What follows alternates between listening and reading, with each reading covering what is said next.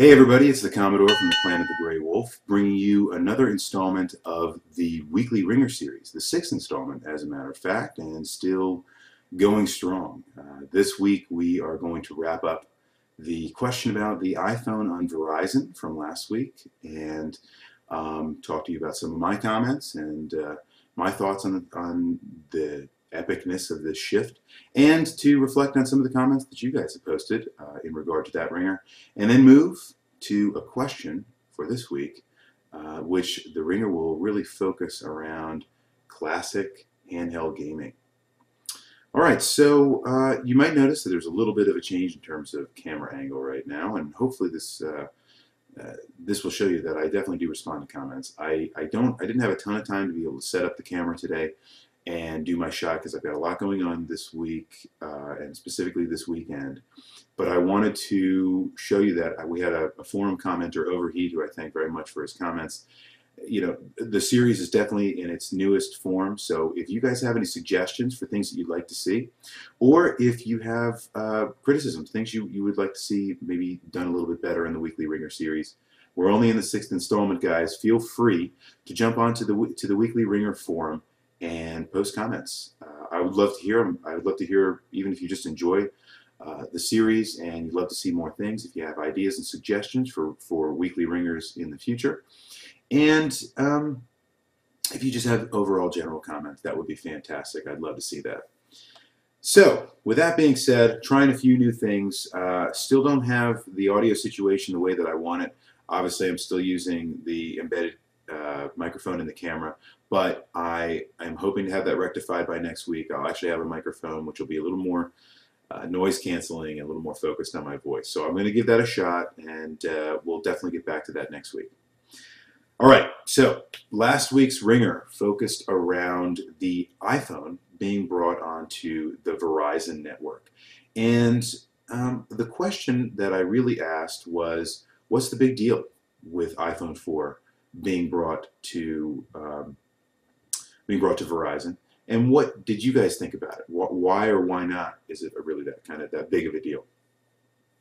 The overall consensus, for those of you that actually had interest in commenting on an iPhone question, the overall consensus seems to be it's not that big of a deal. You don't feel like this is an epic shift in technology in the 21st century, really moving the way we do work with mobile devices, the way that I think some pundits really predicted.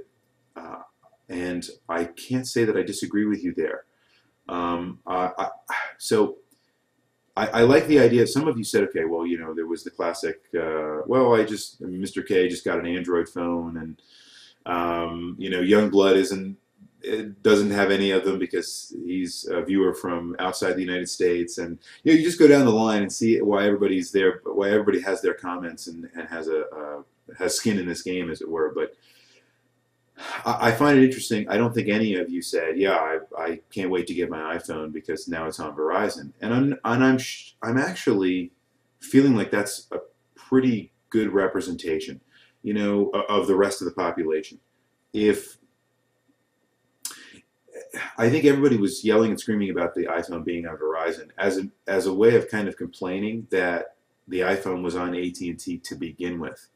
Now that Verizon has really spent a lot of time and a lot of money and effort with their own exclusivity with the Droid series and what have you, they definitely have spread their wings into the smartphone market. They wanted to have an install base of their own. That way, by the time the iPhone came over to them, it was going to be something that people could really shift to. But it wasn't going to be the epic shift that I think a lot of people were thinking it was going to be. So I think if we refocus the debate in that context, we see that it's actually not as big a deal as we probably thought it was going to be. So, you know, the other thing to realize, guys, is that all of this happens as a matter of some kind of business context. And we have to do well to remember that whenever we talk about gadgets, games, all these kinds of things. Almost everything that we talk about here happens in some kind of context for something that we consume, right, for a product that makes money. And you have to understand that an iPhone going to Verizon, that means that there's something else going on. There's some other move up, not only Verizon, but also AT&T in losing their exclusivity. Something is up their sleeves as well. Perhaps there's a new iPhone coming out very soon that will be exclusive to AT&T. or there will be exclusive content that will still be pushed out. And I'm not just talking about being able to talk and use data at the same time. It's not what I mean. What I mean is that there's something that's moving down the line in the future that's probably right around the corner that AT&T will use to minimize Verizon's revenue from the iPhone, and that Verizon will bank on getting some of that residual revenue from people that hadn't yet chosen the iPhone and were already on Verizon and were lifelong Verizon customers. So my comments in general, this is a big deal. Don't get me wrong. It is a big deal for the iPhone to be on Verizon. But does it change the entirety of the game? I don't think so. I think what's probably changing the game more, you could argue at this moment, is the iPad. Really has taken off. I was very skeptical. I like the tablet format. I really like the idea of replacing notebooks with tablets. But that to me is pushing gadgetry and pushing the technology in that sector a lot more than the iPhone is. And bringing it to a new network really doesn't change that all too much for me. So it is a big deal, but I don't think it's the tectonic shift that a lot of the technology pundits out there in the world have been predicting. So there you go. I mean, I could probably talk to you for a while about that in terms of exclusivity and the way that these debates tend to move in historical context, but that would be a lot longer video than the Wringer is designed to be. So maybe some other time we'll talk about that. All right, so with that, I want to shift gears into the weekly Wringer for this week and talk to you about, hey, we had the big 3DS event this week where not only a price point was released to the public, but release dates and for all over the world with the 3DS. A lot more coverage, a lot more pictures, a lot more of the experience really captured. And yes, I know, not 2 Wringers ago, I was saying that I certainly wasn't buying into the hype machine for the 3DS. And I don't think I am. I'm not any more excited right now than I was before. I'm probably even less excited because paying $250 for a handheld gaming device sounds an awful lot like, you know, something. It just sounds like something that I would not be investing my time and money in. Considering that you could probably walk away with any one of the, well, you could probably walk away with a 360 right now for $250 easy, right? If you waited for a deal, right? So I think I just have a hard time equating those two, buying a 360 and buying a 3DS. Nintendo is really trying to change the game there, and I admire them for it. But I think that's going to be.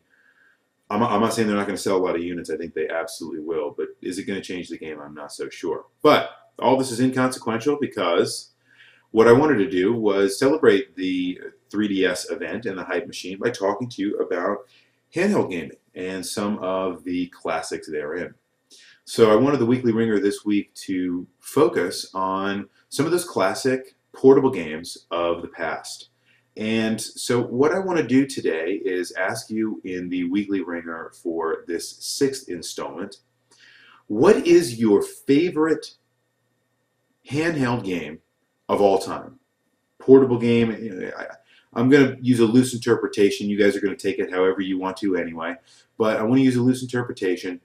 You know, but let's try to keep it to things that are a little more recognizable. The Game Boy, the Game Gear, you know, all the way up to today with our PSP friends and our DS brethren out there. So let me know, what's your favorite game? Why? Why is it your favorite? Is it something that you've played recently that you think, man, this really stands the test of time, and all this new flashy 3D technology really hasn't changed all that?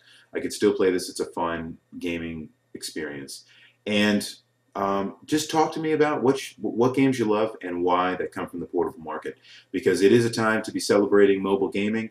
That's something that's certainly on the rise for this upcoming year.